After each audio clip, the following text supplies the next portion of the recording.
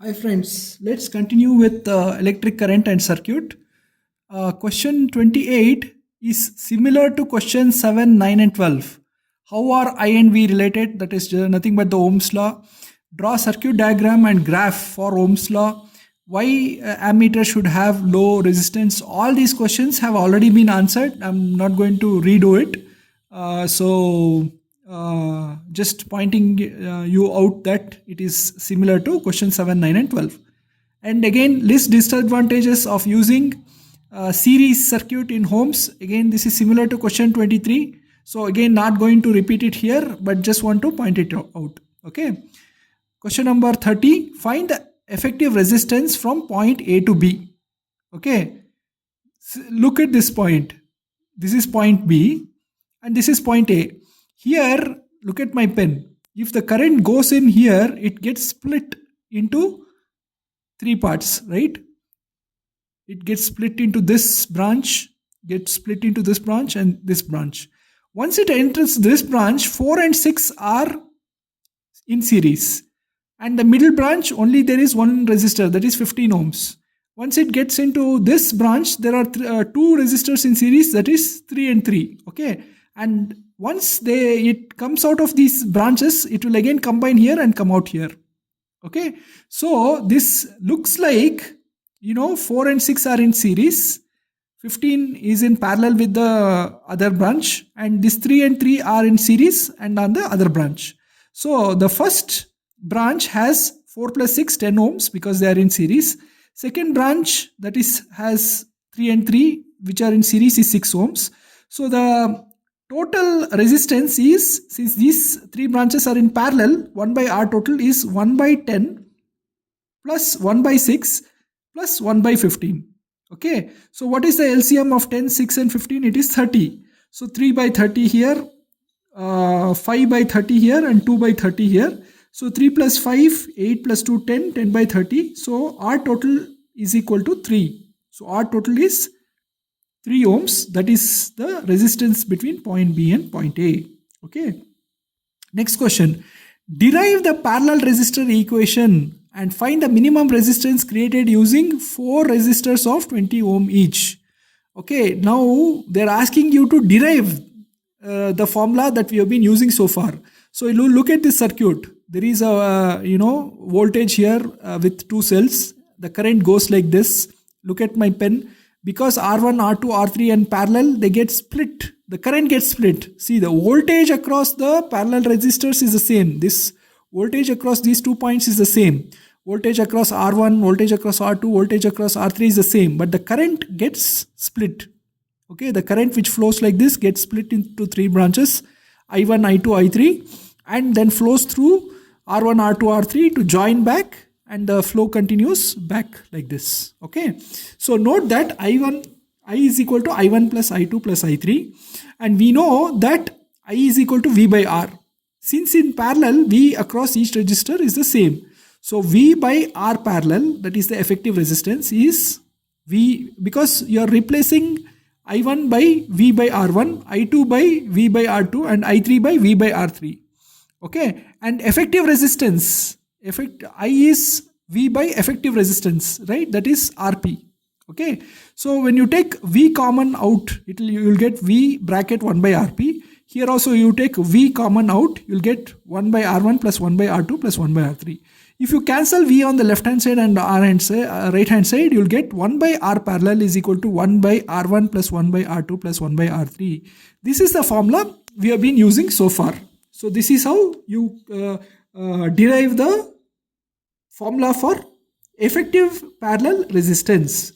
4 resistors are in parallel will give you the minimum effective resistance. So if you have 4 resistors, 20 ohm each, right? You'll get 1 by 20, 1 by 20, 1 by 20 and 1 by 20. 1 by R parallel is this.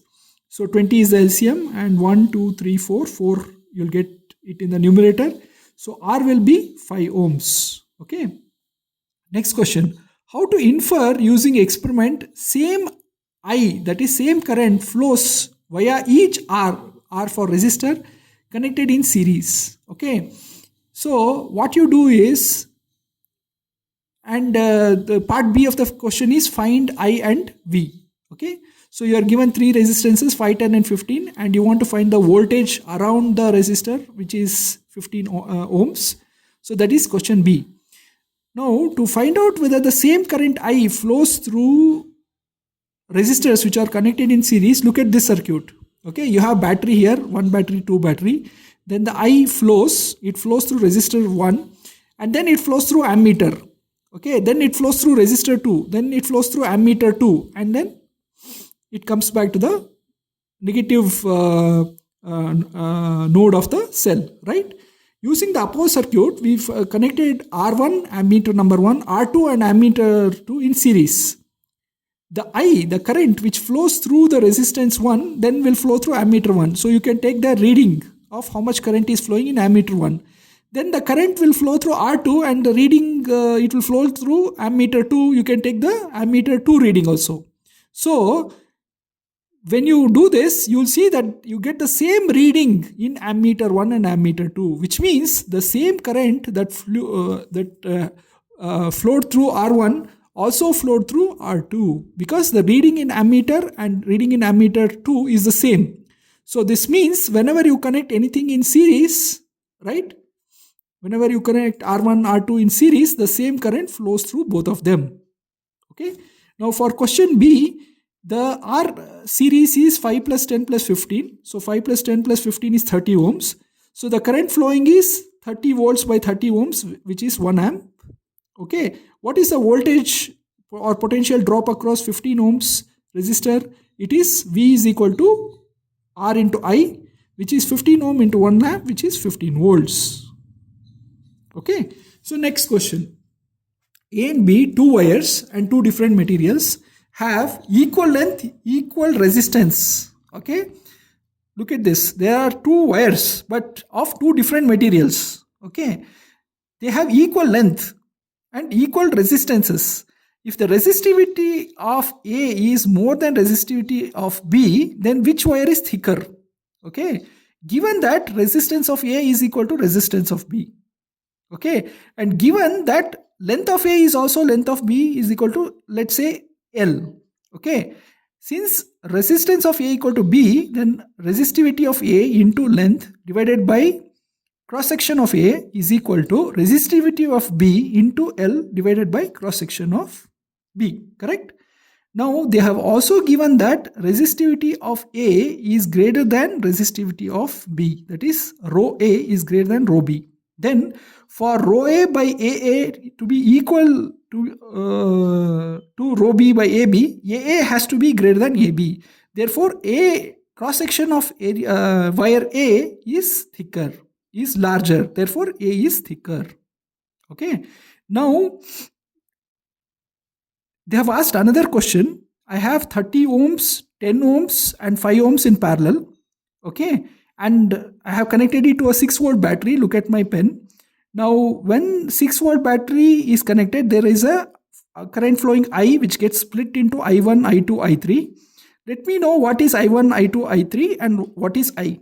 Okay. So since these resistors 30 ohm, 10 ohm and 5 ohm are connected in parallel, the voltage drop across same will be, each of them will be the same. Okay. Therefore, I1 is 6 volts divided by 30 ohms, that is 0.2 amps. I2, which is flowing through the 10 amps, is 6 volts by 10 ohms, that is 0.6 amp. And I3 is 6 by 5, that is 1.2 amps.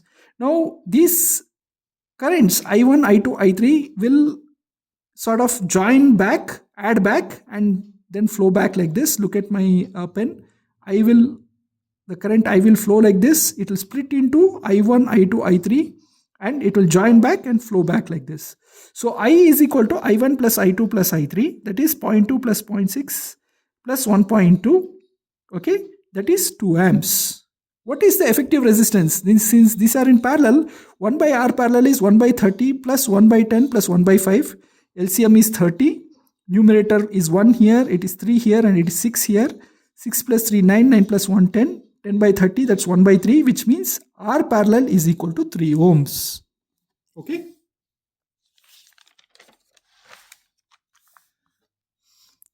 If R is a conductor of a conductor is reduced to half, resistance is reduced to half, everything else remains, heat produced is dash. Okay, remember there is a law called Joule's law. Okay, for heat produced by the conductor when electricity flows through it. Joule's law states that H is equal to I squared RT. Okay, look at this box first. Okay, H is equal to I squared RT, where I is the current, R is the resistance, and T is the time. And H is the heat produced. When R is constant, when I is constant, the heat produced depends directly on R.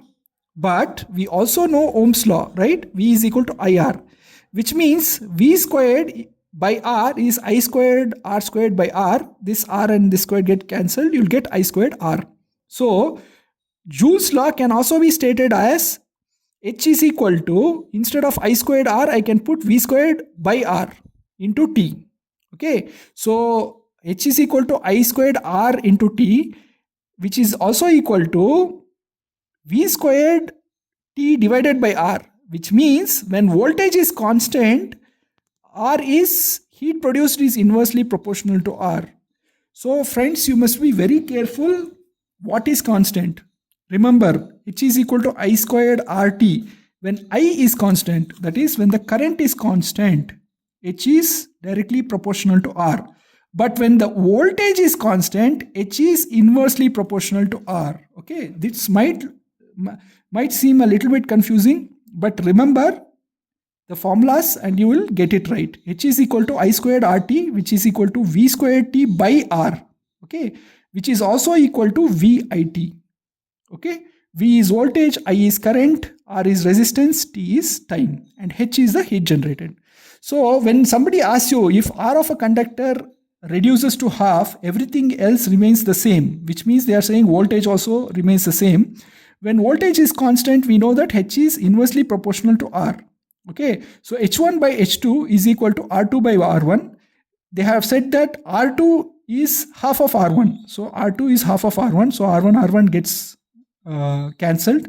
So H2 is equal to H1 divided by 0.5, that is 2H1. So heat becomes 2 times. So answer is it gets doubled. Heat gets doubled when voltage is constant and resistance is cut by half. An electric iron which is consuming 1500 watt power and 200 volt, and there is a flashlight which is consuming 500 watt power and 200 volts are used in home. The rating of the fuse should be, okay, remember friends, this is the another formula that you are learning. This is, let me repeat all the formulas that you have learned so far. You have learned Q is equal to IT, where charge is equal to current into time. You have learned W is equal to QV, where work done is equal to charge into voltage. You have learnt V is equal to I into R, where voltage is equal to the resistance of the resistor into multiplied by current flowing through it. Okay, you have learnt the Joule's law, which gives you the heat generated by the conductor based on the current. H is equal to I squared RT. It is also equal to V squared divided by R into T. It is also equal to VIT. Okay, so this is the Joule's law. Now one more formula you are learning is the power consumed is V into I. The power consumed, for example, if electric iron consumes 1500 watt power and the voltage supply is 200 volts, the current flowing through it is P by V. If P is equal to V into I, remember this, I is equal to P by V. So for the electric iron, the current drawn is 1500 by 1500 watts by 200 volts. Power expressed in watts, that's its SI unit, that is 7.5 amps. For the flashlight, it consumes 500 watts by 200 volts, that's 2.5 amps. So total amps consumed by this setup is 7.5 plus 2.5, that is 10 amps. So what fuse you must use? You must use a fuse which does not melt for 10 amps. Okay, so its rating is 10 amps, which means anything above 10 amps, for example, if 10.5 amps or 11 amps flows through it, it will melt. But if 10 amps or anything less than that flows through it, it does not melt. So the fuse that needs to be used is rated at 10 amps. Okay. Next question. Material used for making heat elements should have. Answer is it should have high resistivity, because as you know, H is equal to I squared RT. When I is constant, the more the resistance, the more the heat, and it should have a high melting point. Okay. So when because it has high resistance, and when electricity passes through it, it will get heated and it should not melt off, right? So it should have high melting point. So the material used for making heating elements should have high resistivity and high melting point. What will happen if electric oven rated 3 kilowatts, that is, it consumes power of 3 kilowatts. 3 kilowatts means 3000 watts, and voltage supply is 220 volts, is operated in domestic electric circuit which is supplying 220 volts and current rating of 10 amps. Okay, there is a fuse of current rating 10 amps, which means anything above 10 amps that the fuse will melt. Okay, we know that P is equal to V by I. We use the same formula. For finding out how much current is flowing, we'll say I is equal to P by V. 3 into 1000 watts, 3 kilowatt is equal to 3 into 1000 watts divided by 220. If you use the calculator, you'll get 3.63 amps. So when this electric oven is connected to home circuit, it will try to draw a current of 13.63 amps.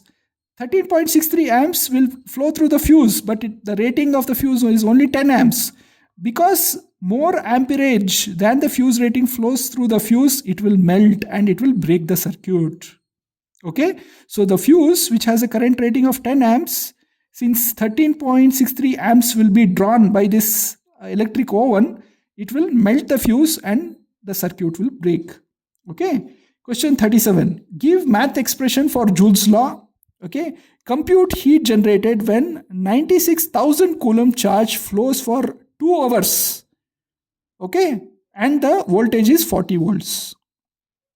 All right, so the answer is Joule's law is H heat produced is I squared RT, that is equal to V squared T by R, that is equal to VIT. Okay, you can use any of these formulas depending on your situation. I is the current, R is the resistance, V is the voltage, and T is the time. Okay, we know that Q is equal to IT. This you have already seen this formula. Q is equal to IT. Now we already know that H heat generated is VIT, right? V into I into T. Now if I substitute for I in terms of Q and T, what will I get? VI is Q by T. You can see this, and T is here, so your denominator and this one will cancel. So H is equal to VQ, V into Q. Voltage is given 40 volts. Charge is given 96,000 coulombs. So if you pass 40 volts, 96,000 coulombs of charge, you will get 3.84 into 10 power 6 joules. Joules is how much heat that is generated. Okay, the unit for heat is the same as unit for work done or unit for energy in SI units, that is joules. So 96,000 into 40, if you use a calculator, you'll get 3.84 into 10 power 6 joules. Okay. Next question. Write Joule's law of heating. We have already done that here, so we're not going to repeat it. 2 lamps, lamp 1 which consumes 100 watts and 220 volts, lamp 2 60 watts and 220 volts are connected in parallel. Okay. Find the current drawn. We know that P is equal to VI or I is equal to P by V. And since these two lamps are connected in parallel, we know that current adds up. I is equal to I1 plus I2, right? So I is equal to lamp which has 100 watts divided by 220 volts plus lamp which has 60 watts divided by 220 volts. 220 LCM is the same. In the numerator, you'll get 160. The current what is drawn by this setup is 160 by 220, that is 0.727 amps. Okay. Next question. Calculate the total cost of running below devices for 1 month if 1 unit of electricity is rupees INR 6. Note that 1 unit is 1 kilowatt hour. Okay, remember 1 unit of electricity which is supplied to homes is measured 1 unit equal to 1 kilowatt hour. 1 kilowatt hour. Okay, one is an electric heater which is having 1000 watts, which runs for 5 hours, okay, daily. And another one is refrigerator which is 400 watts, which runs 10 hours daily. Okay, what we are asking is calculate total cost of running below devices for 1 month. Okay, so you just need to multiply everything. Power consumed is power consumed by the heater plus power consumed by the refrigerator. What is the power consumed, energy consumed by the heater? It is 1000 watts into 5 hours, but that is daily. If you run it for 1 month, you are multiplying it by 30 days. Similarly, for the refrigerator, it is 400 watts, right? And it is running 10 hours daily, but you are running it for 30 days. So this is the total energy consumed. Okay, so this is 150. If you multiply this will come to 150,000, 120,000. This you are getting in watt hours. Okay, because this is 1000 watts, this is 400 watts, and here you have hours, watt hours. Okay, now if I want it in kilowatt hours, to get kilowatt hours, I will have to divide it by 1000. So I'll get 270 kilowatt hours or 270 units. Okay, but the cost, okay, 270 units, the cost is nothing but so many units into cost per unit, right? That's 270 into 6, that is 1620 rupees. So this is the calculation.